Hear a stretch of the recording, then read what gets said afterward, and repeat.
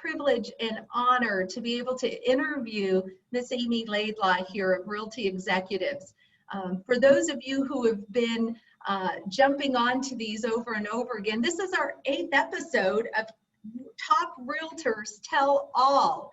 And specifically in the real estate market in Phoenix, Arizona, we are, oh, thanks, Mike. I saw your hand. I like that. That's a cool little feature. So this is a webinar. What that means is that Amy and I are going to be the ones who you'll see. And the way to interact is to either raise your hand, like I saw Mike did there, or you could also put a question in the chat box, and then I can have you come on and ask your question, or you could ask it in there. Hi, Maggie. Good to see you too. All sorts of folks are waving at you, Amy, so that's good news. Hi. Hi. All right, well, let's go ahead and get started. Amy, now you're with Realty Executives, right? Right. Awesome. And you've been in the, tell us a little bit, we'd just like to get to know you first. How long have you been in the business? And, you know, just tell us a little bit about yourself, family, you know, all that good stuff. Okay. So a little bit about my background. I'm Amy Laidlaw with Realty Executives. I'm licensed since 1989 and one of the top agents in Arizona, excellent negotiator, and we have a team. And there's almost always someone available on the team to help show homes or further assist someone. And then a little bit about my family. So I've got 3 sons, Jason Lane, Brandon Lane, and Brian Lane. And they're all super successful. They have their careers and they're out on their own and they have their own first homes. My middle son has 4 or 5 homes. I can't keep track of Brandon. That's so cool. and he's also a realtor on my team. So, and Brandon actually he's a lender. He's starting his own mortgage company. He has he has a life insurance and car and home insurance. And then he has a moving company. So he's basically a one-stop shop. So if anyone needs a company, I can help sell the houses and he can do all the rest. Plus he has his own buyer leads and loan leads and does a lot of refis and he has low rates. So that's kind of the kids. Is that crazy? That is. Well, I wouldn't have counted you as old enough to have children that are that successful yet. I think that is pretty cool. And yeah, I'm in my 50s, so I just turned 57 and they're 24 and 26. And the one's going to turn 29 in just a few days on September 8th. So the oldest one, I can't believe I have one turning 29. Oh, me either. I'm right there with you, Amy. My boys are 25 and 27. So nice. Yeah. Oh, so we have similar ages. Yeah. My oldest one's an area manager for Discover Financial, and the youngest one, that's Jason. And Brian is a computer science coder for Charles Schwab. Wow. So they all have kind of really cool jobs.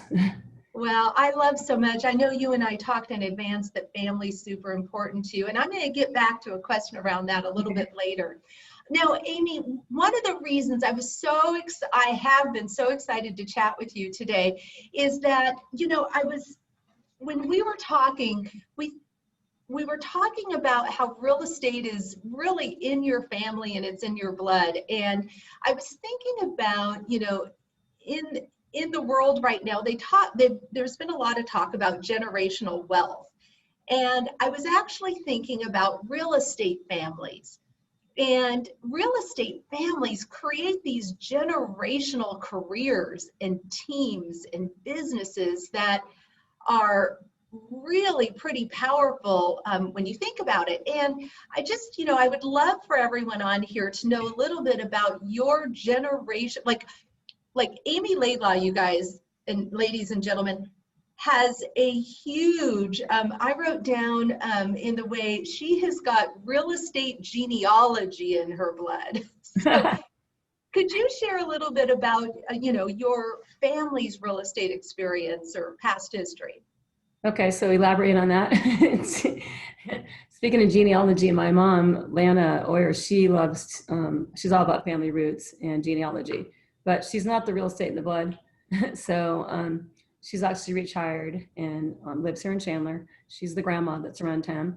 And then my dad, he's a super hard worker, Jerry Bernstein, and he lives between Ohio and Florida. And so he sold all his clothing stores, women's clothing stores. They were similar to Fashion Gal when we were younger. And he sold all those and bought up a whole bunch of real estate. And so he was smart. He saw the writing on the wall. So he bought all these shopping centers and townhouses and single family homes and duplexes, and had homes built around the golf course in Fort Myers. He's got shopping centers all of Ohio, little strip malls that have paid for themselves, like, several times over. And Right. so that's his, he's more of like the landlord. So he always said he's not going to stop working, because Uncle Fred and his family stopped working. And when he stopped working, he ended up in a wheelchair and he peed his pants. So he said he doesn't want to be like Uncle Fred. So Don't be like Uncle Fred. That's your first aha, everyone. Yeah, exactly. That's why I did that, to kind of get everybody like laughing there a little bit. And so Uncle Fred, we don't want to be like him. So my dad's turning 90 on January 2nd. And he's not retired. He's still typing up leases and climbing up ladders and handling animals. So I think if you stay active your whole life, and he was in the military, so he still does his push-ups and sit-ups and jumping jacks every day. And we were raised to exercise every day. So I'm like kind of thin, and, I don't really, I just learned to try to exercise as much as possible, whether it's yoga, bike riding, something, I try to do something every day. I try. Real estate That is gets really cool. Now, Yeah, how thanks. about your aunt? Tell us about your aunt. Thanks for bringing that up. That was going to be in the next family member about that. So I used to come out to Arizona and visit from Ohio as a little girl. And then I always thought I'd stay with my aunt, Ellie Shapiro. And I thought it'd be neat to live there one day. So I went to ASU here and all that good stuff. But every Sunday when I was going to ASU, I'd go over for Sunday dinners. And she would always have like some eccentric person at the Sunday dinner meal. And so I would say, who's this? And that's Rudy from Switzerland or something. And they'd all be talking shop talk and whatever. And I just kind of took it in through osmosis. And then like she had clients like Leona Helmsley and rock stars and things like that. So they would introduce her on the panel at the real estate schools. They'd bring her out there on stage and introduce her as the pioneer of real estate. Yeah. So she was one of the top realtors in Arizona for like decades for luxury real estate. We're talking Paradise Valley, North Scottsdale, the Biltmore, Arcadia. So that was kind of her thing. And unfortunately, she passed away last year. So definitely, yeah. Definitely a pioneer in real estate, Ellie Shapiro. And if for all of our newer agents to real estate, if you are not familiar with who Ellie Shapiro is, go look her up. Just an amazing businesswoman, and just somebody to learn from for sure. And so before that I learned from her. Yes, I was just going to ask you that. A takeaway. So, and by the way, her cousins, or my cousins, Karen Shapiro and Sue Shapiro, and I don't know if Lori's doing so much, but Karen and Susie, they're also following in her footsteps and taking on her luxury business. But if they ever have referrals in areas they don't work, they send them to me and my team. But one of the cool takeaways from her is how she had people in her home for her, dinners and whatever, and they were her clients. And she said, if you just make friends with your clients and you treat them like they're just your friend and you give them love, and she goes, then they'll buy homes with you, or, do whatever, or list their homes with you, and you treat them like family. And so whenever I'm talking to my clients, they say, Amy, I've never had an agent that really wants to just get to know me, about my life, what's going on with me, dig deep. Everybody rushes you on and off the phone. And I'm like, not me. So, I think that's kind of a nice thing. You treat everybody like family, and like you make friends with them. You do. And, that's part of just having fun with the business too, right? Now, yeah. Ellie, or you're not Ellie, that's your aunt. Hey, Amy, before we jump into, I'm going to ask you some questions about your business. And, sure. One thing that I've noticed, and this is not a prerequisite to being a great agent.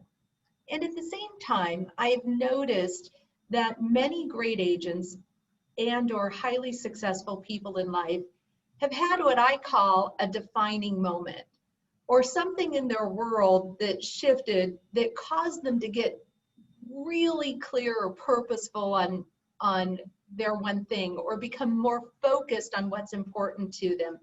And I know you shared a story, your defining moment, or that moment that you had that caused you to get really purposeful. Is that okay if you share that with everyone on our call today? Sure. So, and this is something that I share on, like, whenever I talk to every new client, and my text messages or my bio that goes out by email. So all my clients know my compelling inspirational story. So what that is in 2007, I had to be paralyzed and put in a coma for pneumonia and sepsis and hospitalized for 3 months, with lots more difficulties and complex conditions. Like I had blood clots in each leg and one in my arm, and I had sepsis where I had blood transfusions. I was on blood thinners for the blood clots, and trach in my neck, PICC line in my arm, feeding tubes up my nose. So lots of complications. And the medical coma, medical paralysis. So I basically woke up out of the coma one day, couldn't move, because if you wake up and you don't know where you've been, plus you can't move, you're like, what's up? This is freaky. And then I was told what happened. And then I finally, they wanted to put me on antidepressants. And I said, no, I'm not that kind of person. I just want to get out of here. And so, but that was going to be a journey to get out of there. So Amy, so you got really sick, and how long were you in the hospital for? So like 3 different hospitals mostly. They took me to Banner, but then the ambulance took me there, and then that's where you check in and don't check out. They left me sit there to die with no oxygen, nothing, and I was turning gray. And they said they couldn't triage me for like 9 hours because they had bullet wounds first. So then they took me to, so my boyfriend at the time got me in the car. I chugged some cough syrup, I didn't know, because my car was stained when I came out of the coma. I'm like, what's this stain everywhere? And then they took me over to Mercy Gilbert, and they said they thought the PO2 meter was broke. They took me there, and then I was basically, that's where they intubated me and eventually put a trach in me. Then I went to a vent meeting hospital where you're on a trach for a month. Then they sent me to a hospital where I had to, the rehab hospital, where you have occupational therapy, you learn how to dress yourself and take care of yourself and talk again, walk again, physical therapy, everything. And then it was about a year-long recovery, 6 months going to outpatient physical therapy. One of the hard things you can do is learn how to walk, talk, eat, and swallow again. You literally choke your food down. And then when you take a step, your leg's on fire. Like I couldn't even hold a cell phone. As soon as I can hold a cell phone, guess what Amy Laidlaw was doing? Working. And so basically I'm pretty driven. So of course, whenever I talk to a new client, I have to tell them, okay, by the way, I'm not going to be the one unlocking the doors for you. I have some teammates who unlock a few doors for you. I do all the negotiating, but because I've had pneumonia 9 times, I'm allergic to everything, cats, dogs, cooking smells, olive oil starts to burn, I cough. And so I just let them know that someone else will unlock the doors, but I'm here for them. And I let them know that I do all the negotiating and I'm here for them. They can call or text me anytime. I'm like a therapist. I tell them I'm actually a certified life coach, and I'll hold their hand and keep them expert, give them expert view of real estate guidance and keep them well informed every step of the way. I tell them I can meet them through like a video call like this. So there's no strangers out there. They all know they can, meet me, but so, I'm like, I don't unlock the doors to keep me alive. So they know the story, they know what happens, and they appreciate it. What's interesting about that, Amy, and thank you for sharing that story. I wonder how many people might have quit at that time, right? Yeah, or became a bad lady, right? Yeah. And at the same time, you reinvented your business. And, I'm going to guess that how did that learning help you when the current market shifted earlier this year, when, when all of our worlds changed? How did what you went through then help you in today's time? Well, I was already ahead of the steps because I had to learn how to do my life differently. And I had just have to tell people I can't go in the home. So teammate will meet you there and go in. The listing at appointments. I made a quick little video up years ago and talk to them at a kitchen table and they watch it. And then I tell them a teammate, don't worry, someone's going to come over and take pictures, and they could even walk through your house ahead of time and tell you what to declutter. But pretty much I can tell people I can walk through their home on like FaceTime or WhatsApp and say, okay, you need to declutter this and that. So I was kind of like years ahead of the curve on that kind of stuff. Does that make sense? Yeah. That makes a ton of sense. And I'm just curious what questions you guys all have. Go ahead and put those in the chat as they come in, because, you know, maybe those limiting beliefs that we have, Amy, that I can't do business with these restrictions around me. And instead, it's about finding a way to do it, finding solutions, being that agent who finds solutions. Well, And, John Lennon says there are no problems, only solutions. yes, right? Right? Exactly. Exactly. Well, once it's a problem, you're done, right?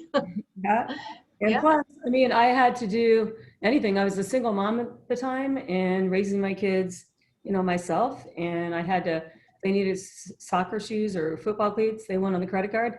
If I had to pay for real estate marketing, it went on the credit card. So and when you're in real estate, you kind of need like a spouse to help pick up the slack until you get going. I had no one, plus I had to take care of the kids. So I lost my life savings. I lived on my life savings, all the CDs, everything got cashed in, credit cards got maxed out, and lost my life savings, went in debt to my eyeballs because of almost dying. I'm still trying to pay medical bills from back then, but it's okay. Everything went on the credit cards and I'm on a hardship program, but all my clients know that I care more about them than the money.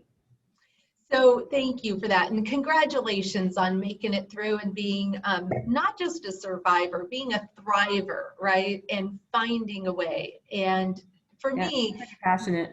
Yeah, those stories are the ones that, you know, whenever I'm sort of in the dumps, I go and look for stories like that. And I go, oh my gosh, if she can do it, I can do it. And I think it's so important we share that with others.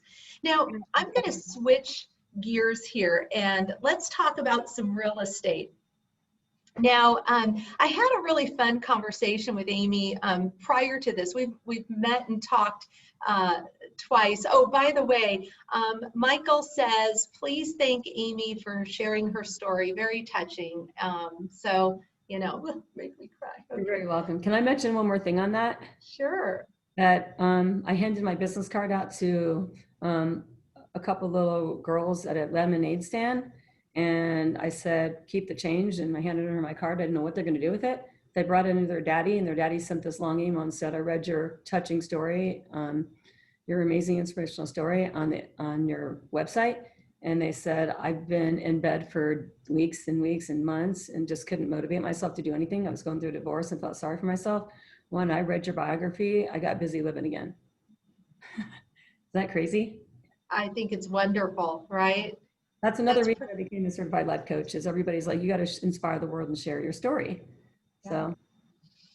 Well, thank you for sharing it with us. And so let's jump into some questions about real estate now. You know, you've been in the business longer than me. I've been in since 1991. So a good long time, right? That's pretty close. Yeah, I remember, Amy, when it was the one-page contract and you just filled it all in, right? Right. So I love those days, by the way. Now, we do believe, or here's one thing we know, that success is not truly overnight, right? Success is sequentially built over time. It's one thing at a time that you put into your business. So would you share with everyone how you built your business over time? Well, right now I have so many leads coming in from past clients. And so that's one of the things you always want to do, is build your business you said over time. Mm-hmm. That's with, when you sell one house, they go into your system and your database, and then you start to build this sphere over the years, and they all get touched because I have two different websites. One website is the one where it reaches out to touch all these past clients, and we can send them a customized thing. So like if the government decides to offer like a tax credit, we email them information on that, and like, hey, if you know of anyone, or if you want to, you know, do something again, right? Past client might want to sell and do that. So then we send them holiday cards, Christmas cards, Valentine cards. They get an electronic greeting every holiday. They get newsletters every month. So you kind of, and then we actually send them like birthday cards. So I'm kind of a hippie chick and I have rubber stamps and everything. And I stamp these cards and they're like love, peace, happiness, everything. And I stamp these little rainbows and all these things all over these boring cards. And I spice them up with my rubber stamps.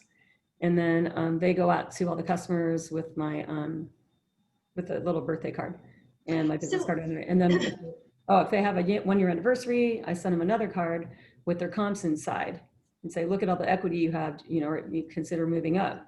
And then you call them at their 1-year anniversary and you talk to them about, if you could trade up your house to a nicer home now, you've made 30,000 equity or something, and they're like, oh my God, So of course that doesn't work in a down market. And then yeah. you said, how am I going to business? The other way is with, I have another website that has CRM, and the CRM website, the minute a lead comes in, all my leads auto-populate into my website that's my CRM, and that goes in there automatically, and then it has 24/7 live chat. It's highly automated. It automatically sends them a little quick text, and things like that. It'll put them on different campaigns automatically. I don't know if they're a buyer, they get one campaign, sell the other, but it'll send out sporadic texts or emails. And if it's a text, I see the text on my phone, so I can choose to go into my app real quick and reply back to them if I want to see who it is. And if they go, hey, I like this house, when can I see it? We can jump on it. So that's kind of 2 ways of growing your business right there. Does that make sense? Yeah, it makes a lot of sense. And so, gosh, you're in my business has changed so much. There weren't even websites when you and I jumped in. Yet, if an agent hearing this, and I really like that. So you have two. You've got the database you've worked with. We call that past clients, right? And then you've got new future business, which is that second website. Mm-hmm. If So you were starting, yeah. We put everybody in both sites, by the way. Okay, so here's the question I'm going to ask. Because I see who we have, we've got some agents that have been in the business for a long, long time, and I've got some agents who've been in the business a couple years and some maybe 7, 8 years on here, I can see. So if you were starting over, which of the two would you focus on first? The putting that database together of past clients, or would you focus on new leads? Well, if you don't have any past clients to send the birthday cards to and the anniversary cards to and the Valentine card to, and remember, a lot of these electronic holiday cards, but we actually send them a physical Christmas card at the holidays, by the way, with a calendar in it. If you don't have anyone to do that with, then you would naturally send them or get set up on the other one that has the CRM that, sends them automated everything. And if anyone's interested in that, then my number can be at the end and you can call me personally and I can get you referred and set up on the system that does what my system does. Isn't that cool? Absolutely. I'm going to put your contact information in just a little bit. So I love that so much. We call that coming from contribution. And I know you're one of those beautiful people in the world. So let's just talk. I'd like to dig a little bit deeper into your database, because you and I, like when I started, I moved to a new city, Amy, and I knew nobody. And they said, go talk to people. I said, talk to who, right? So for me, my database, a lot of my database for years started with the letter A, B, or C, because I picked the hot lead on the multiple listing book every week. And I would just call people out of the yellow pages, and it would be Acme Plumbing. And I'd say, hi, you're self-employed and I've got a great property. I just thought maybe someone who takes risks as an entrepreneur might want to buy some property. So, and they go, okay, right? Yeah. So here was the fun thing. 4 out of 7 people went onto my database. They're like, yeah, or no, I can't afford that, but send it to me. So, it was interesting. A lot of my database was A, B, and C because I never got past C in the phone book. Yet now we have websites for that, right? So how did you, were you an overnight success in real estate, or, were you somebody that had to just like success over time grew to who you are today and the business you have today? Well, I do remember when I was starting out, I got Rookie of the Year. So I think I was successful even starting out. I'm just one of those, I eat, drink, sleep, unfortunately, breathe real estate. And, I'll wake up thinking about what I got to do. So I just pretty much, it's just so much part of my life. But I think that's also kind of scary because it almost killed me. So you do have to have balance. And my other business is called Balanced Life Solutions. Thus, I had to start that business, Balanced Life Solutions. So you have to have balance. But yes, I pretty much, from the start gate, I just kind of like got going right away. Like actually, one of my listings was going to be my first listing, and the broker at the time said, "Why don't we just part you up with someone and you can just get a referral fee?" And I said, "No, I can do this." And then ever since then, I just started selling homes. Yeah. I think that's a nugget right there, Amy. So many times people say, well, I've never done that before, so I better partner or share in that. And I'm not saying it's not good to partner or share. I am also saying that how are you going to get good at anything unless you just jump in and do it? No, I'm a firm believer that, you get trained right away. And now with modern technology, you can have your iPhone right there, take a couple of video clips and say, teach me this now. Teach me how to put that listing on MLS. Teach me how to do this. I'll videotape, and you never have to show me something once. You never have to show me again. And then you Yes. get the driver's seat and you do the next one, and you take turns until that person learns. Yes. But it should take one time. Yeah, that's my favorite thing today. I keep my phone and take pictures of screens all the time. It's awesome. Yeah. Okay, so definitely database. Now, do you know how many people you guys have in your database of past clients by Oh, chance? I don't know. Like, You don't know. Okay, so here's some fun stuff. So Amy, you've closed 61 transactions year to date, and you still have 19 active listings today. And the year is only like what, just a little over half over, 2/3 over. we're going to be listing, I guess, probably, we have 5 upcoming listings, but then we found out about another one yesterday. So I guess that's 6. Oh, and then I talked to somebody at like 8 or 9 o'clock at night last night. And she goes, well, I'm going to hurry and list my house. So that's 7. I don't know. They just keep popping in. So where I know that in Arizona real estate right now, we have just under 6,000 listings for 4 million people. And yet that doesn't seem to be an issue in your business. And you say they're just calling you. And I know a lot of people on this call today, webinar, would like to have people just call them. And yet at the same time, would you talk about what you and your team are doing to get listings in today's market? Well, these past clients calling in, they know it's now time to sell. So you have to really nurture your past clients. Like, yesterday they just called in, okay, it's time to sell. Or obviously if you get a buyer, one of the first questions you're going to ask, a lot of people forget, do you need to sell a home so you can qualify to buy that one? Oh, okay. You're going to do 2 transactions. Let me give you a break or a discount on your commission. Oh, that'd be great. And then they get happy. So this goes back to the website and the marketing that you do to them. And if I counted it up correctly, it looks like they're getting well over 18 to 24 touches a year in some way from you. I call it e-prospecting. My team laughs at me because that's the old thing. E-prospecting is this email thing where it sends them their newsletter every month. There's usually one holiday a month. So, and then they get a birthday card and a Christmas card. So they're getting 2 physical touches a year. And then they're getting at least a holiday and a newsletter every month. So I don't know, that's at least 24, 25, 26 touches a month. 26 months. 26 touches a year per person. You don't want to give them too much, but also we have this thing called Keeping Current Matters, and it's a Tom Ferry thing, and we signed up for it. It's the most valuable thing ever. He'll give you all the financial data, and I think we're sending that out to e-prospecting too, along with posting that to our Facebook pages. And we use, have you heard of Nextdoor? Mm-hmm. Yeah, we put it to our Nextdoor thing as well.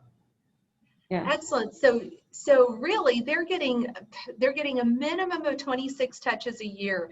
And so for everyone who's watching, I would take a look at what does your campaign look like for the rest of the year, and for 2021. Really setting it up in advance so that it's automatic that it's going to go. It's not like, oh, I'd like to get a listing this week, I'll send something out. It's a long-term campaign that you're committing to. And then the conversations, You can't do it all yourself. I have one person that just goes on and makes blog posts on all of our Facebook pages. And then the Keeping Current Matter gets added into that as an additional post, because whenever those pop up, we do those, once or twice a week. Those are going on, you really want to get it out there on Facebook that you care. Everything's about empathy, and you care, and we're going through tough times now, and we're here for you, and you care. That has to be your public image. So when this all ends, they're going to go, well, she's the agent that really cared about you. And she was updating us all the time about the market trends that were really not going to crash. And everybody has the fear of God in their mind that it's going to crash like 2005. But we're putting out all this really accurate financial data saying, hey, this is what's going on. So you give them valuable information, they're going to keep following you on social media. I think that's so true. Now, Amy, I'm going to shift here again. Okay. You and I talked about, so what I hear you saying is that you truly have a business system, you've got a team, you've got the two websites that integrate together, yet one is really focused on past clients that you have more conversations with, and the other one's about generating new clients and then integrating them once they, become a client. Or you could do everything on the one website that just sends like the holiday cards. It doesn't send the holiday cards, it just teaches you how to send them something by email, but you can go and design your own thing that looks like a Veterans Day thing with flags and stuff. And then you save those same designs and then you can send them. But that same website does have campaigns. So, but I really like the other one because it alerts me every time somebody is saved a house and saved a listing. It's higher intelligence. So does that make sense? So it does. I'm not getting campaigns on the one because I think I have those turned off, and they're just getting campaigns on the other one. Because I want to know what they're doing, and every time they ask a question about something, it comes in as a text. I get alerted right through that website. So it's kind of more hands-on. So I hear that. Now, I'd like to dive deep into a different subject here. A lot of agents just work off of what we call their natural ability, right? And sometimes it means they're racing off to do this and they're racing off to do that. And they do it with energy and enthusiasm. And I know they're working hard, right? Right. No matter the task, when we just race after whatever's in front of us, we all reach that ceiling of natural ability. So to be highly successful, you do have to shift your focus towards just a few things, so that you're not racing for everything. When you think of your real estate business, what would be the one or two things that you focus on? I'm the rainmaker. And then I have employees that help, they do the administrative work, sending out. I sometimes feel like a short order cook. I'm like, for their house, how many bedrooms, how many bathrooms? Make sure you take control of the conversation at the beginning. If you just say, tell me what you're looking for, you'll be on the phone for about 5 hours.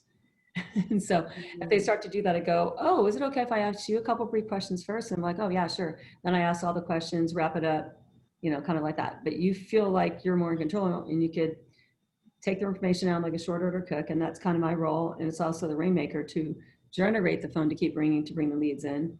So rainmaker, lead generation, short order cook. I also have an ISA service. So they'll talk to them and they'll try to find out a little bit what they're looking for too, and their timelines. So we know if they're a qualified lead. So, I try to call leads as much as I can, but I get anxiety if I can't get to them right away. And it gets me so stressed out because I get so excited.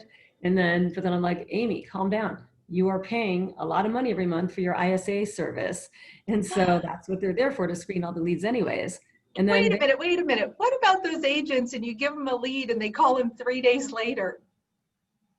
No, my ISA reaches out, texts and calls each lead like real time when it comes in. So they real time come into my website, that can, that site, that the CRM site. And then at that moment, everything's automatically fed to the ISA service. So, I can't stress out too much, but still, if it's a good one, you want a real person to reach out, not just some ISA service. So if I can beat them to it, then I just shut them off on that lead. And then of course, I'm one of those, I'll make it happen. I'm a make it happen kind of gal where like the ISA service might even scare them off, but I can't be calling every single lead every single minute, but I get so stressed out because I want to. So I just do the best I can, and then the ISA service shoots it out to all the teammates on the team simultaneously.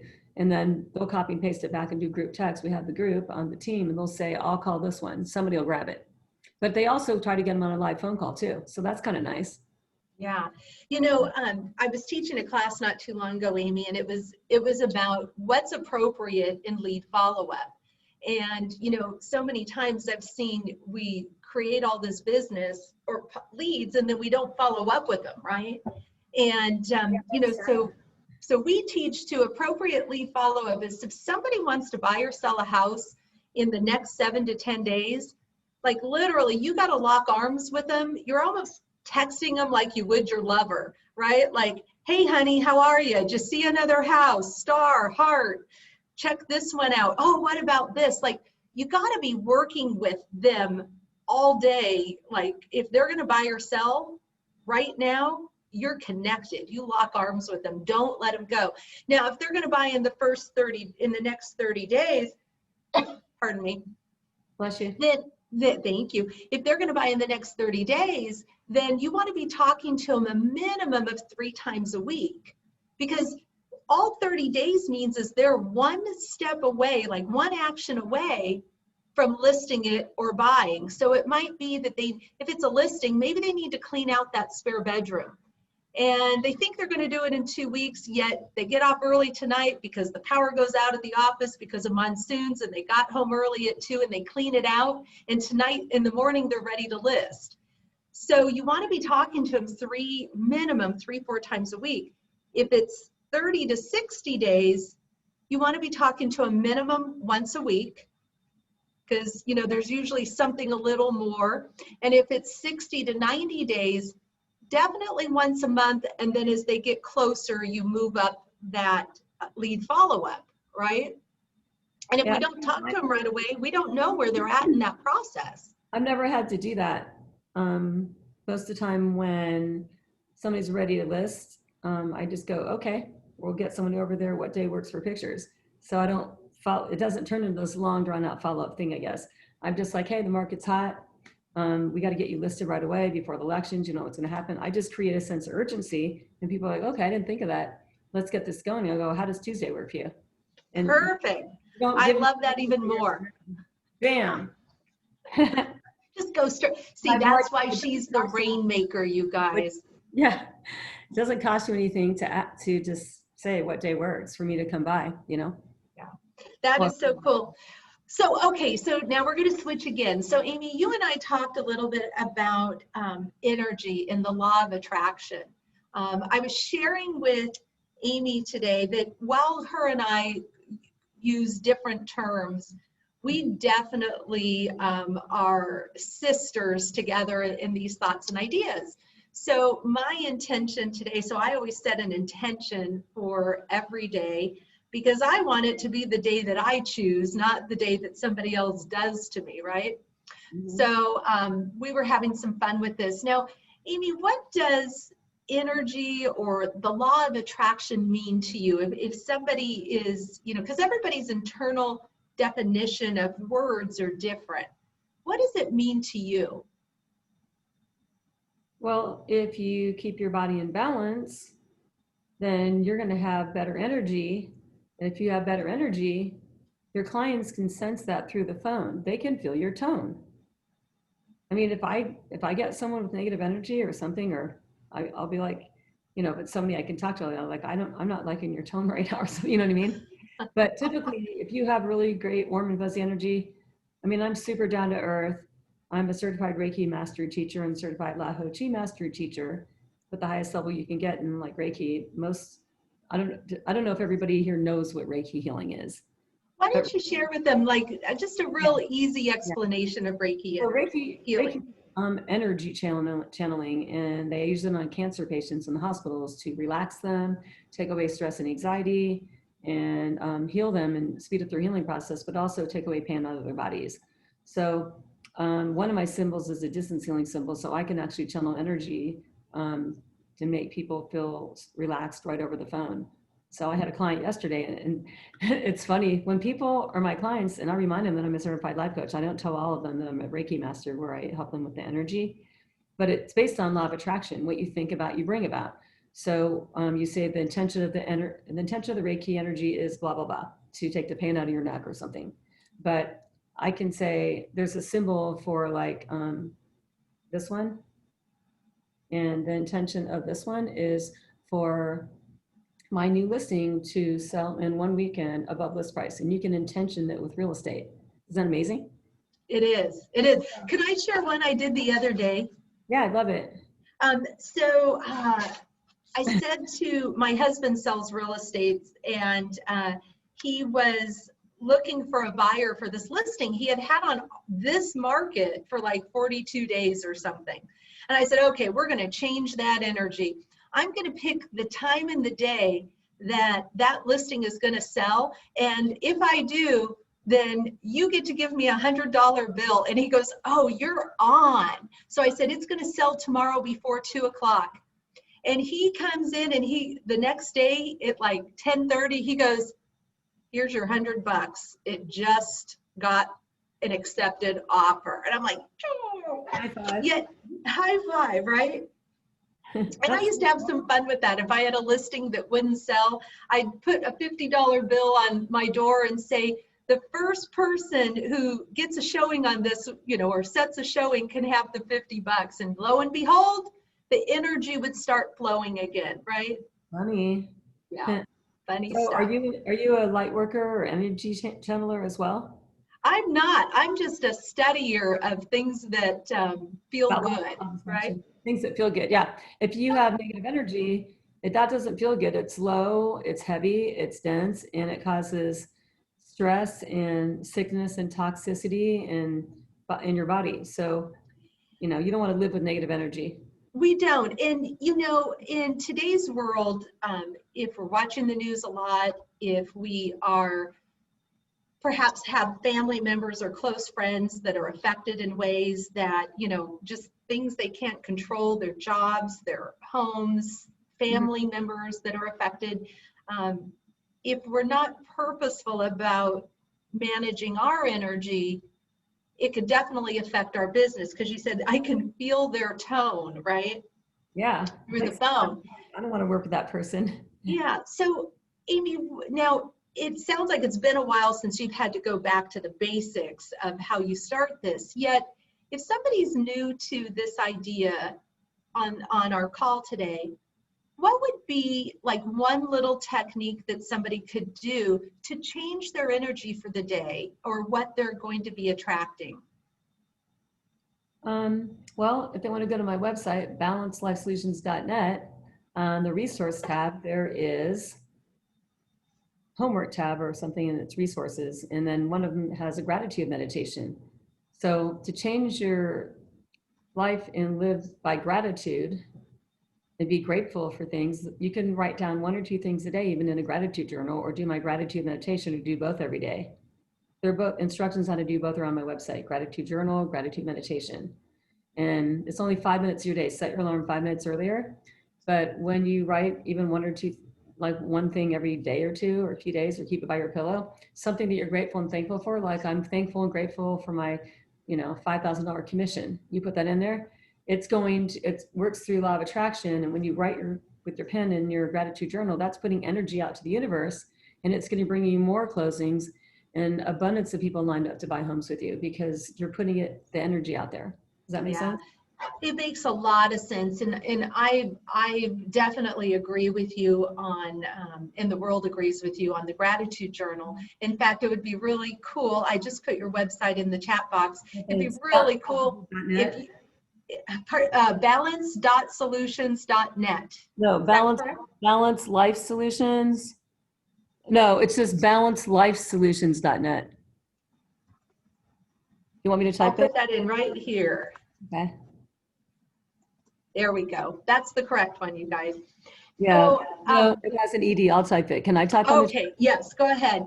So you know, when we talk about, it would be really fun, you guys, if you guys would just put something into the chat box that you're grateful for, you know, getting that started. The gratitude, definitely check out Amy's, her website and those exercises. I think that's awesome. For free. They're there for everybody. Tools. Thank you. Yeah. And, you know, also it's just, you could have in your gratitude journal, I do something called a 10-3. Write down 10 things I'm grateful for. And, you know, they could be the same things every day. They can be different things on different days. And, you know, every once in a while, I really have to chew on it. You know, maybe, you know, I could say something like, you know, I'm grateful for the pandemic. Well, what? Right? Right. What? And then you say, well, you know what? This has given me time to do my 66-day challenge of swimming every day for 30 minutes. That would have never happened if I was on my old path of traveling 3-4 days a week for work, right? Coaching Bold. I'm grateful that during that time, I've got to spend so much time with my husband. You know, I'm grateful for those truly stretchy pants that I wore all summer, and I'm grateful that I started swimming, so when even the stretchy pants got tight, I got rid of that. You know, sometimes you have, well, I guess where I'm sharing that exercise is Maggie says she's grateful for her health, and what a beautiful, healthy friend you are too, Maggie. You know, so sometimes you got to chew on it a little bit and find the part to be grateful for. Would you agree with that, Amy? Absolutely. You have to, there's something every day. I mean, there's got to be something. When I was at rock bottom and coming out of the hospital, that was a really hard time to find gratitude. But I can imagine. the thing I can think of at that time, and I kept getting sick since then, and I felt like I was dying again over and over, like 9 times lately. Not late. Well, yeah, even in April I was sick. But so I just keep saying I'm great. I'll wake up and write something, and I'm grateful and thankful that the sun's shining and I'm alive. Yeah. Grateful and thankful for my wonderful family. You know, grateful and thankful. Yes. There's always something to be grateful for, and it's always good to live from a source of abundance rather than lack. You know, don't compare yourself to a successful agent, and comparison of oneself is the thief of joy. So rather than do that, you know, hey, can I take some of your leads that you don't have time for, like, you know, the lower price ones or the rental ones, and then shadow them and learn from them. You know, there's always ways to get started, even if it's with renters. The renter's going to turn into a buyer when they get their credit fixed. And I have people that can fix credit, get their points up, scores up 100 points in 30 to 40 days. So you can always turn that renter into a buyer just like that. Well, I can see why people take action with you so quickly, because whatever it is, you're going to find a solution for them. That's right. That's Yeah. right. Well, very good. Now, when it comes to, you know, maybe any training or education or books on energy of law or law of attraction, do you have any or podcasts that you would recommend for our viewers? Well, I made some YouTube videos up, and they're actually on that website, balancelifesolutions.net, and it tells you all about what energy work is, and it's all right on the website. Oh, very cool. So I would definitely go check that out, everyone. And actually, my son Brandon is the one on the Reiki table getting the energy work done to him. Oh So, my gosh. Well, it even says what is Reiki energy, and it just talks all about everything. Really, it's all the answers are right on the site. And if anybody ever excellent. wants a Reiki session, just let me know. I'm available. And at the end, you'll be signing away your house too. Yeah, there you go. But I seriously have been very successful with doing the FaceTime or the Zoom or the WhatsApp Reiki sessions and taking care of people. And they're like, Amy, that felt wonderful. So I've been doing a lot of spiritual healing, little mini retreat sessions where we're doing, you know, talking about different forms of how to get abundance with law of attraction and things like that. And then we'll do like a couple Reiki healing cards or oracle cards and angel healing cards. Everything's about good energy, healing energy. And then we'll do a 5-minute meditation, a 5-minute Reiki, and then we'll even do some yoga. And so we have a couple of my friends and I, we have this little spiritual healing retreat going on various days. We just kind of text each other, anybody up for this right now? And then we go right into it. That is awesome. I just love that so much. Well, Amy, you have been just a treat to speak with today and learn from, everything from just that generational careers that your family has created. And it sounds like it's going on to, being in the business for the long haul and setting up those systems and models. And what I've learned from you is you don't need a lot of systems and models. You just need one or two that are truly focused that work. And it sounds like taking people with you on that path and growing into their success and paying attention to the energy and what you're attracting. So, this is called Top Realtors Tell All, right? Right. So what is, I'll give you a couple options on the question, all right?